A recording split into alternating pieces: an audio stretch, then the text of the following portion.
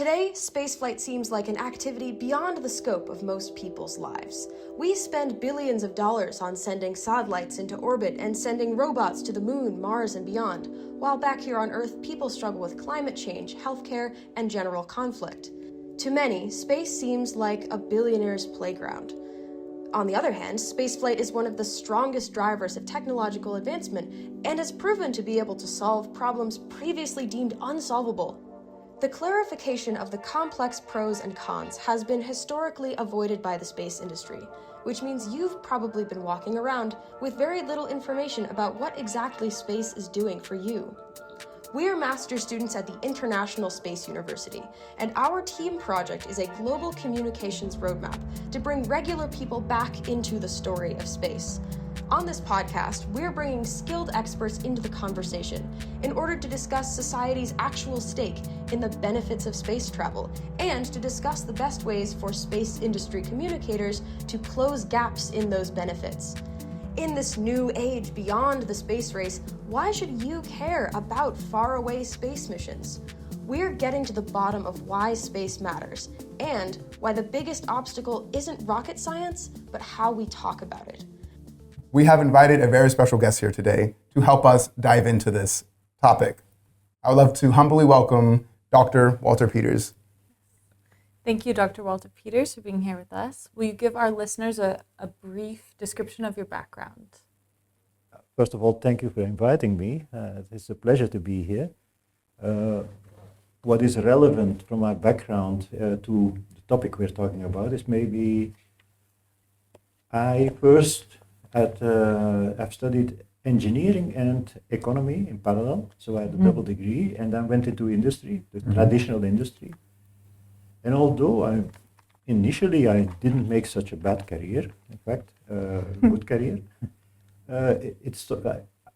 it lacked, this traditional industry lacked a certain novelty or something new. It was always the same thing. You had to turn around every year, you had the audit every year. After 10 years, luckily I met an old friend of mine, which I knew at the university, and I explained that to him. He said, well, to spend my whole life on that is going to be a bit boring, I think. I said, well, I have a solution for that. I work for ESA, and I was not so well familiar, to be very honest, with ESA. I had to pick it up. We have projects, and every 2-3 years they put you on another project, and there's another satellite, and once it's a scientific one, and then it's an Earth observation one. That sounded good, so I applied. I was taken for the post in ESA, did a few traditional positions in the beginning, and then became the development manager of Hermes. That was a space plane that we tried to develop, which I would not say it failed, but I think it was too ambitious. We, in particular, we had underestimated the cost. So when we several times came back to the member states and said the cost is the double of that, and it's all.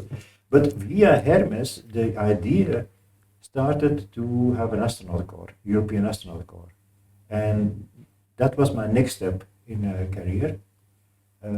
So we had to hire some astronauts, and there I was getting in close contact with communication, because astronauts, you get interview requests, and you have to help out the astronauts in their.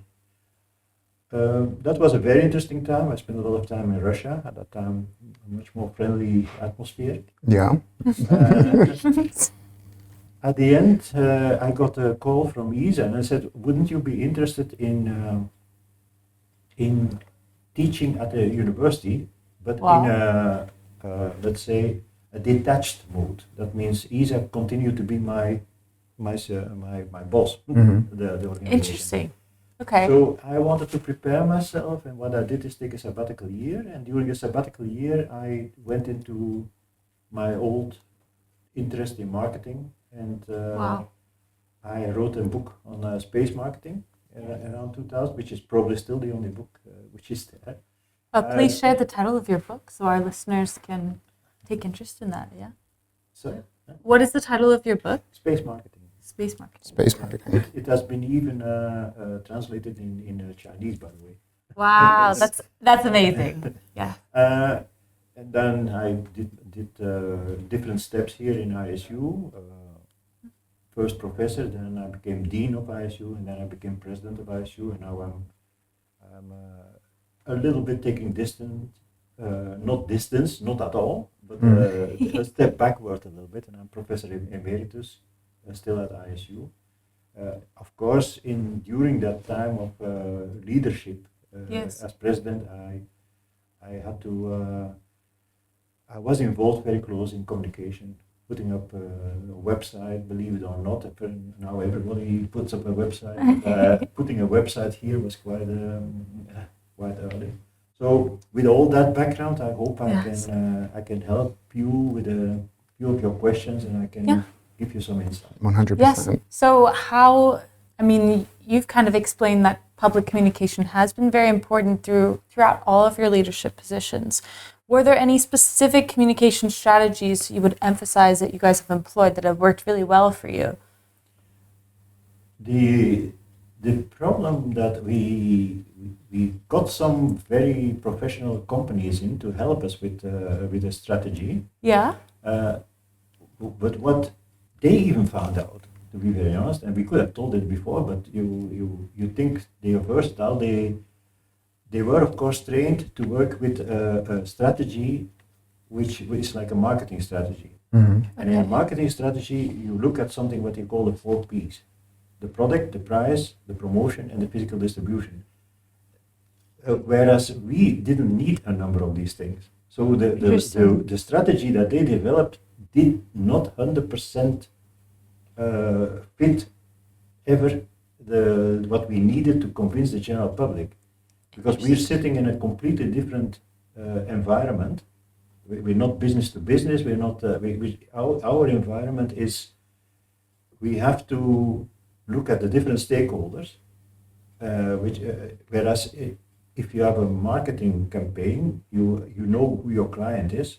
Right. You also will look at your partners. But here we have a complex number of stakeholders, being policymakers, the general public, partners. And this interaction between policy makers, I'm not saying politicians, policy makers on purpose, and the general public, and so that is something that where many of the campaigns that were proposed to us failed, because that is so specific. Yeah. That you have to think about any promotion campaign. Also, you have to have this ethical aspect in the back of your mind, the political aspect in the back of your mind, and that is something that if you let's say if you're doing a marketing campaign for a car, you don't have to. Okay, if you do marketing campaign for a car, you want also to show that it's green, that it's, but it's not so intrinsic that you have to have all these elements interwoven. Let's say. So with marketing campaigns, right, towards so what you're trying to convey, the usual approach is the 4 Ps, but with this one, you need to have different stakeholders and different approaches for each and every stakeholder. That's correct. That's very correct. Yeah, and that is challenging. And yes. And by the way, the other 4 Ps, just as a maybe anecdotic. In fact, what I'm pleading for in my book is that we should not promote 4 Ps, but 5 Ps. 5 Ps. The 5th is philosophical. Philosophical. So can we repeat all of the 5 Ps for our listeners as well? Well, traditionally the 4 Ps, according to Kotler and McCarthy, that is a product, the price, the promotion, and the physical distribution. And what I said, you cannot sell space with these only, like you do with hard products. You also have to have the exploration, the physical, let's say the psychological or the philosophical dimension in it to sell it to the general public. I love that. I think that is something we also emphasize within our research. Yeah. Yes. You know, we have like sectioned off different stakeholders, right, and trying to figure out tailored communication. Exactly. And like what specifically they need and they're thinking about. What are their wants? And how can we talk to them and like accommodate to their needs and their interests? Mm-hmm. I had a very, I still can find it maybe, interesting poster from a Canadian hospital. And they used the same poster, but the message on each of the posters was different. We are what the doctor recommends to you. We are there to help you. I don't remember the text anymore, but they had exactly the same poster, but the text, the slogan, was adapted to the target audience. Yeah. Something maybe to think about. Okay, so targeted messaging towards different stakeholders. This is something very important for especially our audience to know, right? And I guess for us to know too, to advance our research. Yeah. I'm moving on to, we have a lot of knowledge about the best communication practices. However, we're seeing that the public is not aware of the benefits that deep space exploration provides to them. So we're wondering, why do you think that this is? And are there any improvements that you can suggest so that the public is more aware of the benefits? I think let's face it, for us as an agency, I'm still thinking my times of ESA, Yes. it was much more tangible to tell to the public what it was bringing in terms of agriculture. You can easily tell to somebody, space, you have this navigation system in your car that is only working because there is space. That is something that you can immediately transfer to the public. Yeah. So it was much more tangible, and I think all our campaigns, and all the campaigns also from NASA and like spin-off and so. Well, let's touch there. In case our listeners are unfamiliar with the spin-off technologies, will you give them a quick description for them? Well, what you mean by spin-off? Yes. And by the way, you also have spin-in. Spin-off means a technology which has been developed in the space sector and which has been transferred to another sector. Spin-in means a technology that you pick up from the other sector, which another sector has developed, and which you say, that's interesting, I'm going to use it. I give an example. Typical example is Bluetooth, which which was not developed by the space agencies, but which is now used in the internal communication of satellites in order to avoid the number of cables and so on. Oh, okay. So most of the spin-off, the first rule, which I always, I'm also telling the students, and you will, Yes. give examples that the people can easily understand. Do not say we have a new transponder. Sorry, what does the general public do with the new transponder? I learned what that was when I first came here. No, try to give examples like the examples which I'm giving sometimes. Yeah. If you tell to the people that the revalidation that we had as astronauts has helped a lot for osteoporosis. Looking at the number of people who have problems with osteoporosis, that they immediately understand. So there are now space exploration is a little bit more difficult because the first thing is, and that is always been with all exploration endeavors, not only space but also all overseas in the beginning. I'm talking about Columbus, Magellan, and so. In particular, if you are not able to record backwards, it's very difficult to predict what it's going to bring. So, and it's you don't even know it exactly yourself. You can, to a certain extent, say to the people, yes, there is rare materials in an asteroid, and there is rhodium in an asteroid, and so. First of all, people will be skeptical. How are we going to bring that down? How are you going to bring that? So it's not easy to explain in a tangible way to the general public what are going to be the benefits. Now, what you can do and what we probably don't do enough, I fully agree with you, but that was the hint that you gave in the question, is look at past experiences. If I'm now going to the general public and say, the Apollo program, that was a success. Do you know that the Apollo program has also, for the first time, used lambda sensors, which you have in your car now? Do you know that the Apollo program developed the technology for surgical drills? Do you know that your drill at home comes from the Apollo program? Really?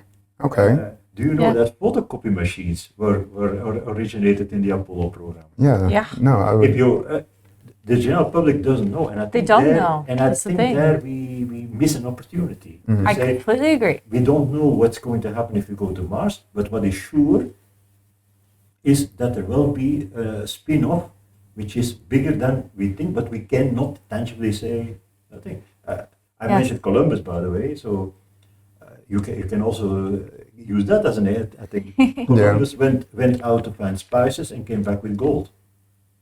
So nobody had expected Columbus to come back with gold. So every time you do an exploration, the spin-off, the return can be completely different, but it's very difficult to predict. And that is why I also believe that is why a lot of communication specialists are a little bit careful not to over. We have sometimes overpromised a little bit, so are a little bit careful on promising results of deep space exploration. Okay, setting expectations. That the expectations are not going to be met at all. Yeah, I agree. Cool. I think now, if we want to take a pause, so no? All right, perfect. So, as we've mentioned, let's say, now we're going to be talking about indigenous communities, right? So, my first question to you about indigenous communities and the ethical implications and questions around that is, how can we include underrepresented voices like those in the indigenous community when communicating about deep space exploration? And when I mean indigenous, I mean like all over the world. There are a number of interesting aspects on that. First of all, the key word what I've always used in this context is respect. Respect. I have always treated, whenever I came into Canada or I came into Australia and I did an opening ceremony, for instance, I always prepared myself, showed respect from the beginning onwards. So what the typical trick that I did is, which I can recommend, by the way, for your careers. Yes, please. Is I consulted the host, and I always started my speeches, for instance, in Australia. I thank the first people of Australia. I didn't do it like that, but I'll just to start. I thank the first people of Australia and on which grounds we are now. This sort of entry thing. Second thing, what I try to do, and I don't know what the pronunciation was, probably very lousy, but I try to at least say 2 or 3 words in the native local language. Of course, you need a host for that. Yes, naturally. Yeah. But let me come back to one thing. The reason why I said the first people of Australia, the first people of thing, is already showing respect. Yes. So you see, although there is a complication that there are different ethnic groups. And there you have to be a little bit careful, because that sensitivity we may not have. So you better. If you say if you say nobody will be offended, in fact they will be pleased. Yes. I thank the first people of Australia to receive me on your grounds, and that is already okay. It would be better if you know exactly which ethnic group it is. Yes. So that you find out, because there are different ethnic groups who do not 100% like each other. Okay. That gives you a step further.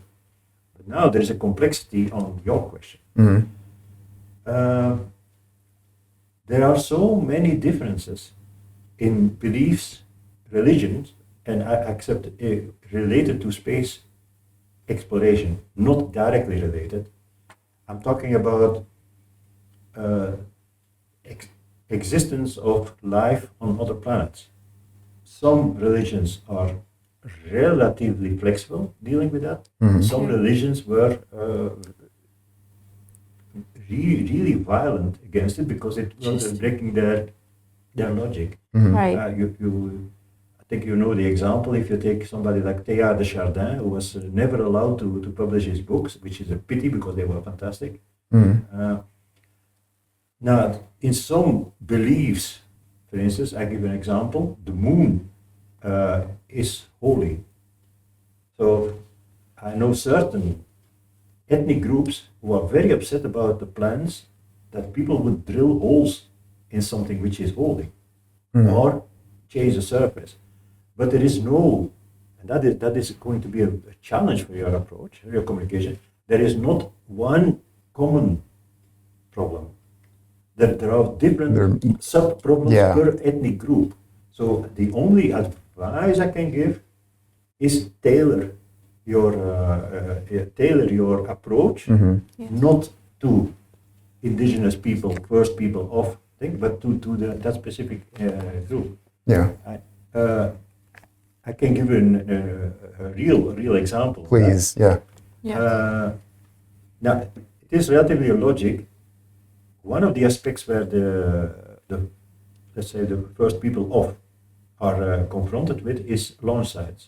Because a launch site, you want to put it as far away as possible from industrial complexes, from some cities. So you want to put it in an area where there is not so much development yet, and where sometimes the people who are there are still, let's say, the first people of Australia.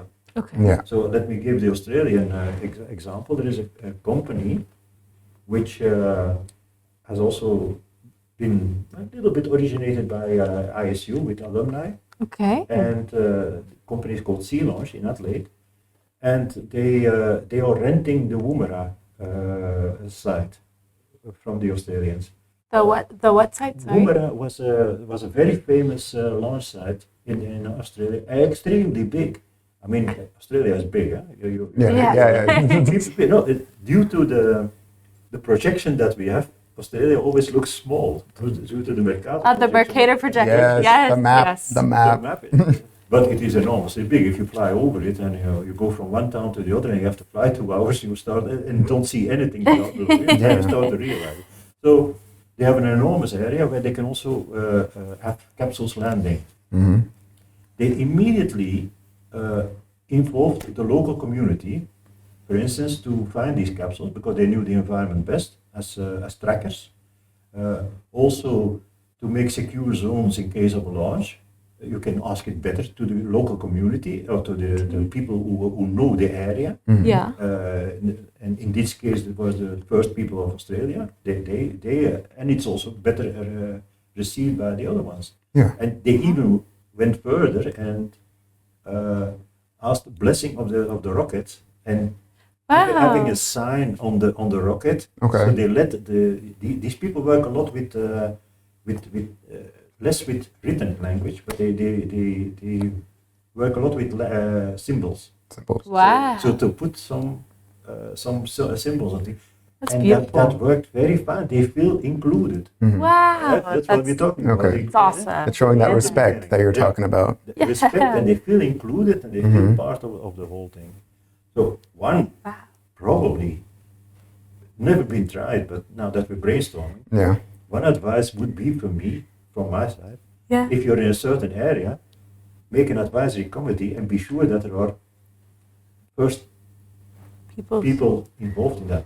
Exactly. Yes. I think in our research, we actually were looking into that, about like having representatives from First Peoples, Indigenous, native lands, and to have a voice and represent themselves to any project that is going to happen, any like space activity project that you want to do, be it like a radar dish, telescope, launch site, no matter what, so that their voices are included, right? But that we don't misunderstand. I think it has to be tailored to the local situation. Exactly. You cannot just have a representative of the representative who's doing it in a holistic, generic way. This is something we have talked about token representatives. Token representatives, yes, Yeah, do you want to explain that a little further? All right, so when we mean token representatives, we're talking more about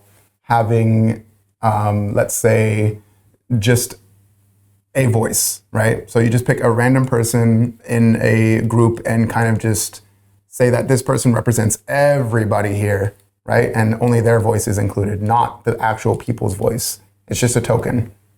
And it truly does not speak for the people, right? And like what you're saying, getting a more in-depth view of it. There is a solution. Yes. I don't want to play too much academic here, Yeah. but there are people specialized. For instance, I know a few professors in Australia who spend their whole life on studying the differences, the ethnic differences. So you could have somebody like that, like Professor Gorman. You could have somebody like that in your thing, who is at least a well-informed, having a broad thing. But personally, I think if you really have a project, like as you say exactly, you want to have an enormous big dish that might really disturb the people who are living around it, and you better have somebody really out of that ethnic group, which can then at that moment, because their beliefs can be completely different than the beliefs from other ethnic groups. Yeah. I mean, I think what we're trying to come across is a lot of companies will hire people from a specific ethnic background in an attempt to be more inclusive when it's not really, to check a box per se. There's a topic called greenwashing, which you have. It's performative. Yes, it's more performative and not exactly a true representative voice. And what we're advocating for is someone with a true representative voice that isn't just checking a box, but actually their ideas and representation of their community is being advocated for, rather than just something. It's not only that, to be very honest. Yeah. Not only that. It's anecdotic, but okay. We had a representative of a company here, and he gave a good presentation about a new project covering also the southern hemisphere. And he had a map, and on the map he showed a number of target places. And then one student raised a finger from that area, says it doesn't work there. So yeah, we did simulations, it works there. Says, no, you don't understand, there's no electricity there. Wow. I told that story to the CEO of the company, because I met him afterwards. I said, that was interesting. He thought about it, and 2 weeks later, I got a phone call from the HR department there. Can you advise us an Indian lady, by preference student, and an African lady who went to ISU? They didn't do that as a window dressing. They did it to be sure that their product was matching the needs of that area. Wow. So that incredible. It's not only minorities, just to have a better picture also. No, there's also a reason. It can be a rational behind. I mean, I like to hear stories like that, to be honest. Yeah. And it gave me the opportunity to place two of my students, and one is still the Indian one is still in that company, and has over the last years gotten a very nice position there. Nice. That's good to have. That's awesome. All right. So if we might shift gears a little bit upon the economical benefits of space activities, we have a question to you as an economist. We're seeing that private companies are now playing a major role in space exploration. So how do you think that this is affecting the relationship between the space sector and the public? Personally, I see it positive. We just have to take the example of SpaceX. Yes. With Starship, I have not seen since a long time. I've not seen so many people enthusiastic about space as with Elon Musk showing his projects for Starship. And one of the factors that people, if you challenge me as an economist, one of the factors that people find is very attractive is because there is no taxpayers' money involved. You should not forget that. Hey, everybody. They have a lot of sympathy for somebody who has a purpose, who has an aim, listen, everybody knows that the Bezoses and the Elon Musks of this world, of course, they look at profitability, but there's a dimension more. That's why I said before the philosophical. If you hear Elon Musk talking, he really believes in going to Mars. That is not only to make money. There is something else. But with all this, first of all, they can be much more forward-going in their public relation thing, and in their they have the money also to make fantastic demos and fantastic videos. I think if you give you one example, if you would ask the people in the street about something that is giving a communication, don't say a constellation, that doesn't work. I don't think they know OneWeb, but I think they all know Starlink. With all the outgoing and then also the involvement in Ukraine, and so the public knows it. And I think the positive thing about this, I repeat myself, is the public also knows it's not money that they have to put on the table as taxpayer. So they see this as a certain, in my opinion, that is contributing to the fact that they have a very positive view on it. And so how can the public be more engaged with this new space economy that we're seeing now? And when we talk about new space, we're talking to the person who invented the term new space. Yeah. The term, not really, but the definition. The definition. Somebody, I had to come up with a definition, and you took the mantle there. At the moment, I'm going to propose a definition, which nobody is happy about, but nobody has ever corrected it. Yeah. So, it's still a challenge. New space is a little bit similar, because what people also realize is this is some of them, not the government, or the son or the daughter, who can come up with a brilliant idea, and in the new space economy can find equity or can find money, equity, so partnerships and from financiers, and can do something. So they can identify themselves much better with new space activities than with governmental big programs on remote sensing, or with all respect for these programs. Here, it is the same effect, by the way, of talking about communication. Is one of the best ways of communicating space to the general public is to use an astronaut. Why? An astronaut is somebody. It's a person. It's a person, and it's also a person that people dream. Oh, maybe I could have, or my daughter or my son can be also an astronaut. Yeah. Which is a little bit different with an humanoid robot. True.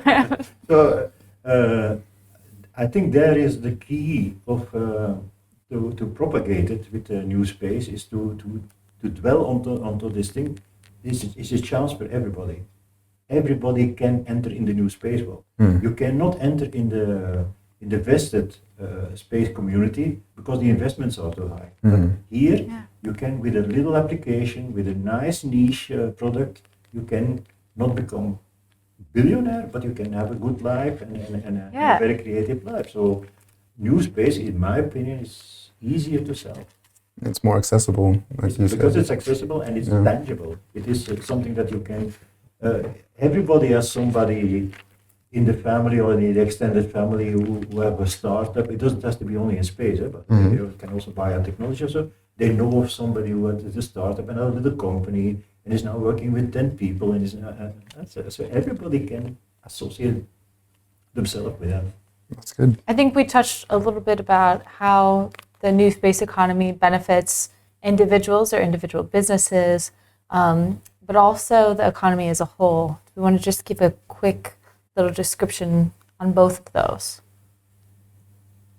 Yeah, how does space affect the economy? Just up there, satellites, whatever we've done in space, how is that improved or made negative? What happens down here? Yeah, and we can give Space has become a common, as the economist says. That means if you put something in a socket, there is electricity coming out.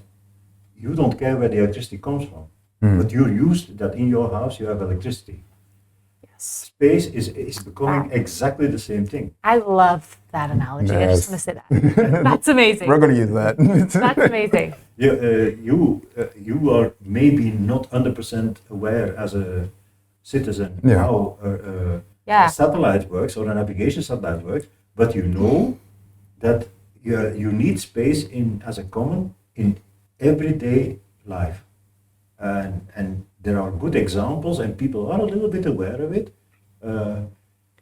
What a catastrophe the economy will be. The economy will collapse, according to a number of forecasts that we made with students, by the way, also as a TP. The economy collapses after 10 days, roughly. 10 days with no space. The world economy collapse, and the GDP of most of the countries will get a blow, which is not even comparable with the blows that we have now due to unfortunate geopolitical things. This will be really, electricity will go down, fridges will go down, hospitals will be in problems. It's going to be an absolute economic disaster. Yes. So the world relies on space. It's maybe not 100% aware of it, which is something which is a nice task also for what you're doing. Communication has to be better, but people know it. People really know. As I gave the example before, everybody has now a navigation system in his car, and everybody knows that he would never find that address without that navigation system anymore. Including me. I don't think I could get home gives today. you a map. You're like, where am I? Who is still looking at it? Let's be very honest. Yeah. When I drove somewhere, I took a map. 40 years ago, and that crossing, and then I have to follow the directions. You need to like study before you drive. What do you do now? Yeah. You go to your thing, but it has been improved. An analogy. If you were working with a computer 40 years ago, you have to know programming. Now you don't have to know programming anymore. No. You have your interface. You have your thing. So people know it. People know it, but we may not have transmitted the message hard enough. Yeah, I agree. There is a communication gap still. Yes, that's one gap that we are trying to mend or help people mend, right? So with more about, I think we've touched a lot about economics. Unless you would like to add anything very important. Maybe how to communicate better about that economics, right? I tried, maybe it should be more in popular journals. Maybe I was too much focusing on academic journal. One interesting exercise is to say, okay, imagine that there is no space data coming anymore. What will happen? And then explain to the people day by day what's going to happen then. Okay, so like the example that you gave us before. That's only one example, yeah. I have to make an interjection here that one really important topic that we cover in our communication roadmap is how to engage the youth. In these important topics. And I think an important thing to realize is where is the youth engaging with media? And so I think this is something that space agencies or space actors in general need to meet the youth where they are and kind of engage with them on the platforms that the youth is engaging with, such as Instagram or TikTok. Yes. Yeah, so I think that's an idea of how we can get that message across better. So if you have any insight on that. There, you have a very good point. But if the message across to the youth, you have to be able to translate that message in a language that the youth understands. Yeah, exactly. It's very hard. And that is very hard for a scientist or somebody who is used to work with all these terminologies. I was in the past sometimes invited by a family member of me who was giving classes, was a teacher. And I can tell you, if you are going to give a presentation to children of 10 or 11 years, Yes. the number of times he had to correct me or had to say, just to explain this, is that you use terminology without realizing it. Yes. That, Yes. You know my I famous do. example of the TLAs, we use abbreviations, and we're Yeah. so used to it that we talk about GEO and that we talk about LEO Yes. without even realizing that people are looking at you, what is he talking about or what is she talking about? Yeah. So we have to learn to communicate. As one example which I'm always giving is a few years ago, NASA had a fantastic cool site for kids. Already the title, cool Yes. site for kids. Yeah. No. And the language was very, very well done because they involved just people who are used to work and to communicate with children.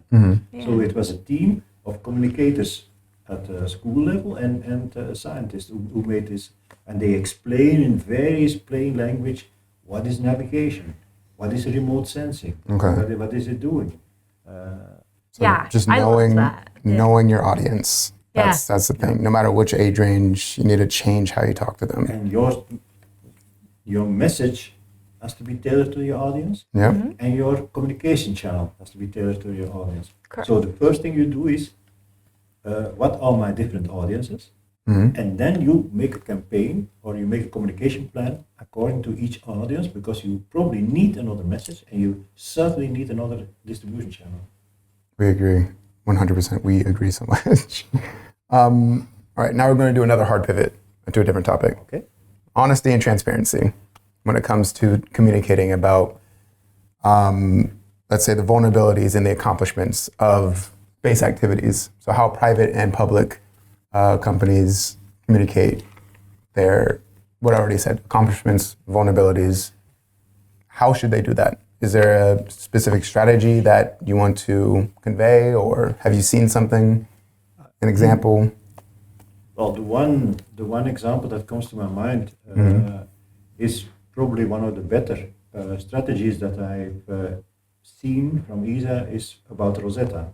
Rosetta. But of course, Sorry, just for our listeners that might not be familiar with Rosetta, will you give a brief explanation for that? well, Rosetta was a satellite which had to travel many, many years to an asteroid. So in order to save the batteries and everything, the satellite had to be put dormant for many years. Traveled 10 years and then had to be reactivated. Now, the advantage of that is that you can, again, to a certain extent, use an analog, and that people understand. I said, imagine you have a car in your garage which has not been driven for 10 years. What are the risks that if I put a battery on it, gosh, what are the risks that it will start or not? What do you think? So we could make the same message to the thing. It says, okay, in a few months we're going to activate it, but will that work or not? Huh? We'll see. And we can claim everything, we do this, we do that, and then we told to the public, we have now activated very slowly that subsystem, and the people were living with it. The same thing happened when Rosetta, the mother satellite, had a very small satellite, which was landing. It went a little bit wrong because we had no experience, and of course the gravity on asteroids is completely different. We had no experience with it. So it did not land very well. But again, then you can do damage control and you can say, no, it didn't land very well. And it's a pity because we wanted to have a longer thing, but at least the batteries worked very well. Yes. Yeah. And the batteries allowed us to have so many minutes of very important data. And that was an improvisation which I find still very, very clever, which was not foreseen. Now, as the satellite turning around the asteroid has no purpose anymore, we're going to send it to a comet. We're going to send it to a comet and see if we can find something out there. It's there anyway. So But So went to here- two different objects. yeah, and the second one we did Asteroid was not foreseen. Mm-hmm. But it was telling to the people, it's not lost, huh? We did something very useful with it. Now, It was the first mission to rendezvous with a comet, if I'm Yeah. correct. Yeah. Mhm. It's no, amazing. Giotto was the first one. But okay, Oh, okay. but that Sorry. much more, there was the Halley comet. Okay. I was a bit involved in that mission. Wow, and, incredible. It was a very interesting mission from a time point of view, because if we missed the launch date, we had to wait. I don't remember anymore. I think 60 or 70 years, because the comet was only Yeah. passing by. So Very short time. But coming back to your original question, there is a transparency, yes, but fear. I always recommend not to use fear. Yeah. Don't tell to the people the rocket can explode. And then people will immediately say, Why are we No, doing thank this? you. Yeah. taxpayers. Yeah. It's easier to say. Just to give a figure, 96% of the time the rockets will work. That's better. Yeah. Better than say 4% it will fail. So it is your communication language, your thing. Always look at the positive thing. As I said about Rosetta, yes, Rosetta was not flying around the asteroid anymore. But we found a very good purpose for Rosetta. Yes. to go to the comet. Yes. So try to see. I think isn't that a children's song that you use in on everything is a bad side, never mind, because on everything is a good side, try to find. Ooh, bars. Okay. Let's go.